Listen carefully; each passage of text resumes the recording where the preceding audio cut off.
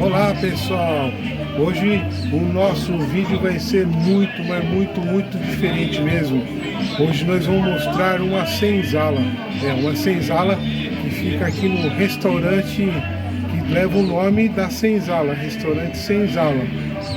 E nós vamos dar uma volta ao passado, é aqui no vídeo, mas antes de começar o vídeo, não deixe de se inscrever no canal, deixar o seu joinha, compartilhar o vídeo e vamos embora!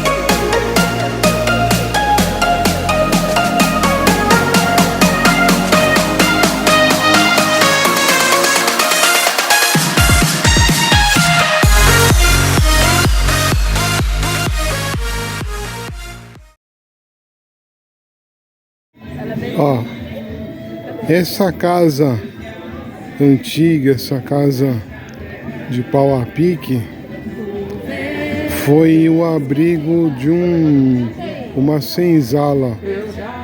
Essa senzala aqui, para ver como ela tá no tempo antigo mesmo, ó. A famosa telha feita nas coxas. Ó.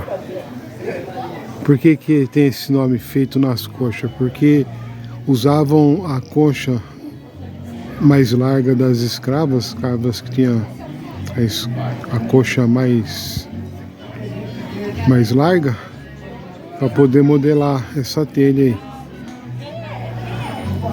É o nome, feita nas coxas.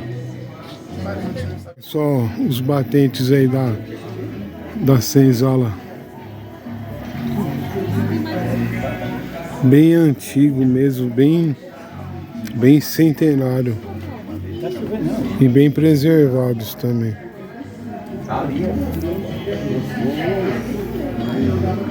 Agora vamos entrar na senzala.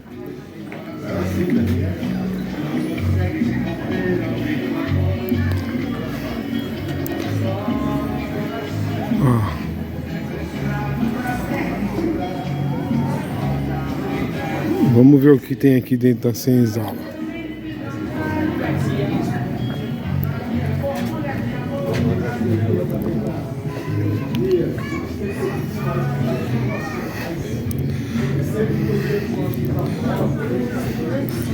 Aqui, ó.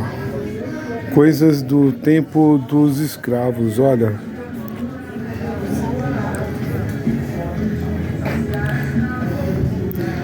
Ferros de passar roupa, máquina de costura,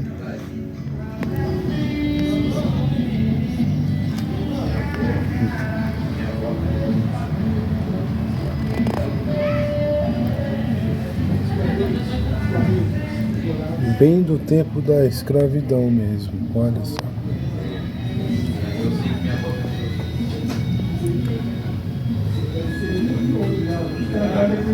Peças de ferro, né? Sapato, fazer sapato, né? Usava essa peça aqui antigamente para confeccionar sapatos. Mais um ferro aqui, isso bem mais antigo. Solta a máquina de costura aqui, ó.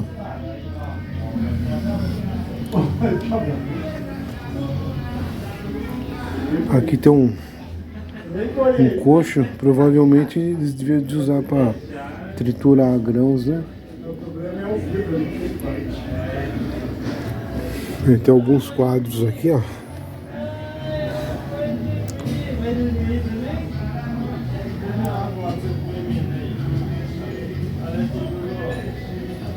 Será que é relacionado a esse equipamento aqui?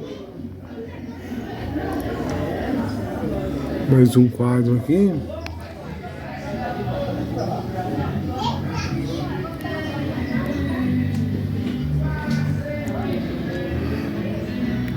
E tem um aviso aqui, ó. Não toque nos objetos.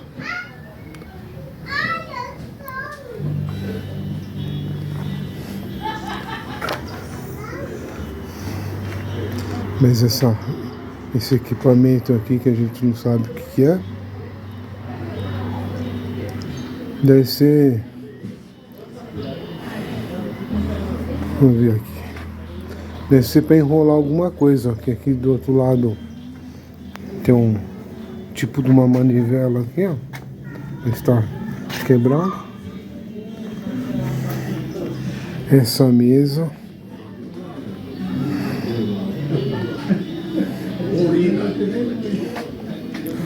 Aí tem esse outro equipamento que era usado no trabalho escravo também.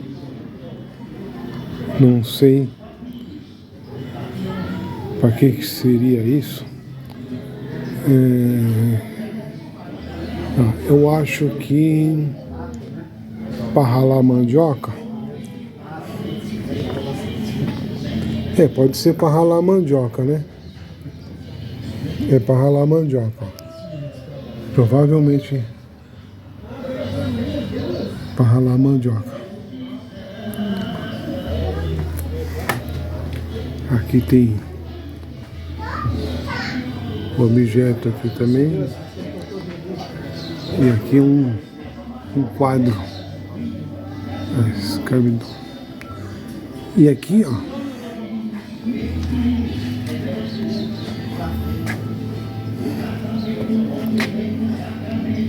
Uma corrente, ó, que provavelmente servia para acorrentar os escravos.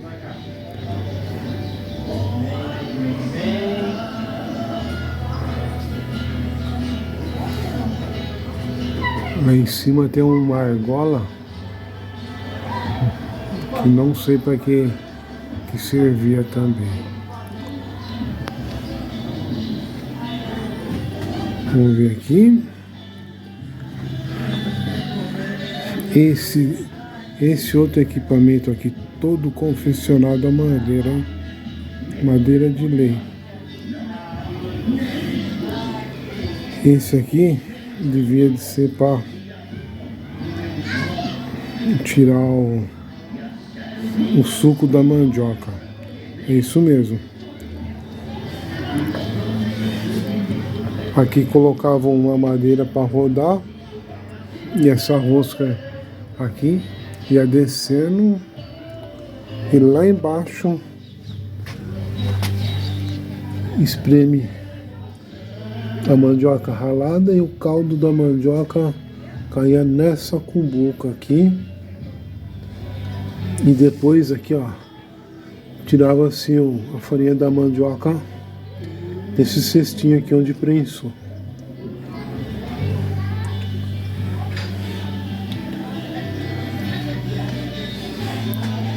Agora vamos para outra dependência da senzala.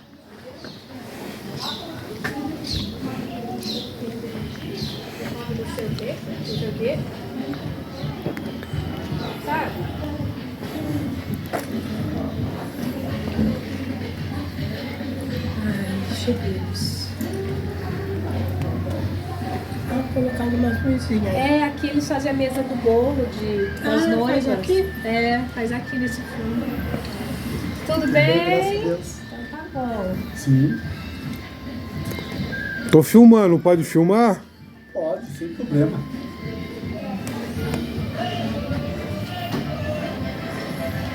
Eu vi uma peça ali interessante, depois o senhor pode explicar para mim? Posso? Podemos chamar de museu doméstico, né? São peças com mais de 100 anos hoje. Isso, a casa é centenária, né? Essa casa tem mais ou menos 240 anos. 240 anos essa casa. Ela foi construída lá por volta de 1820, quando escravo se tornou produto, sabe como é de troca. Aí envolvia pessoas, não tinha como chegar direto, porque era longe, as fazendas ficavam longe daqui, tinha que ter um ponto de parada para poder trabalhar um bando de pessoas. Foi quando construí essa casa, para ser o ponto de parada. Graças a Deus, né? Graças a Deus, e hoje a gente tem como falar um pouquinho da história dessa casa, que resistiu à ação do tempo. E ela só resistiu porque as técnicas eram boas. E a técnica dos jesuítas, chamada taipa de pilão, que perceba nessas paredes laterais. As paredes divisórias, uma outra técnica diferente, que já é uma outra técnica, onde percebam que envolve madeiras, árvores nativas, ripas tiradas do palmijuçado, cipó. As amarrações primeiro, aí preparavam barro, batiam com força, o barro preenchia entrelaçado, depois que secava caía, deixando as madeiras à mostra. Por isso o nome pau à mostra. Também podemos chamar de taipa de mão, porque ela é feita com as mãos. Aqui sim pode falar que é uma casa de idade, é uma casa de barro. Já ali nas paredes laterais não é barro. É só uma terra umedecida com produto que tinha liga. E o produto que dava liga era o produto que eles tinham em mãos para cada região. Tipo, nessa região que dá... O produto que eles tinham para dar liga a essa mistura era derivados de cana, melaço da cana, açúcar mascavo e capim, fibras vegetais. Só que ao ter o trabalho de cortar o capim, moer o capim, eles pegavam o estrume dos animais. Vê que inteligente essa mistura. Pegavam o estrume, que já encontrava no estrume, o capim já moía, já estava pronto. Problema seria o cheiro disso tudo, ia ficar com mau cheiro. Só que ao mesmo tempo, não era problema o cheiro, porque os derivados da cana fermentava tudo, liberava o cheiro, estava pronta a mistura para ir para os caixotes que eram encaixados, a volta toda. Ali dá para perceber bem as camadas, do lado do armário dá para perceber bem as camadas. E o caixote é um que está aqui no cantinho, perceba aqui nesse cantinho, o caixote era mais ou menos parecido com o caixote que eles utilizavam para fazer as paredes de taipa de pilão. Podemos chamar de taipau. Taipau. Perceba o soquete. Sim, sim. Taipa quer dizer terra molhada. Pilão era o soquete que socava as camadas. E esse é o estilo de forma que eles utilizavam, onde vocês imaginam vários caixotões nesse estilo encaixados à volta de todas essas paredes. Aí iam socando de camadas em camadas. Completava o caixote, tirava o caixote de baixo e mudava acima. Aqui dá para perceber até o local onde encaixava os caixotes. Perceba aqui, ó. Tá bem exposto as camadas, uma seguida de outra. Aí quando completava o caixote, tirava de baixo, encaixava aqui acima e continuava o trabalho acima. Então a gente imagina-se muito trabalho para fazer essas paredes. E esse trabalho todo foi feito por mão de obras de pessoas que eram escravizadas. Onde imagina-se um bando de pessoas que eram escravizadas e que certamente construiu essa casa. Então tem uma peça interessante ali que eu fiquei imaginando o que seria. Sim, aqui tem várias peças que completam, podemos chamar de museu doméstico, que são peças históricas hoje com mais de 100 anos. Tipo aqui, tem algumas peças que foram utilizadas em casas de farinha. Aqui é um ralador manual, onde se ralava a mandioca, uma pessoa rodava, outra encostava as raízes aqui na lateral, ralava-se a mandioca e a massa caía nas gamelas. Recipiente de madeira, percebam, um tronco de árvore que foi trabalhado, essa é a chamada gamela. Aí a massa da mandioca era bastante líquida, para fazer a farinha tinha que secar essa massa. Aí colocava a massa da mandioca num cesto chamado tapeti, parecido com esse que está aqui.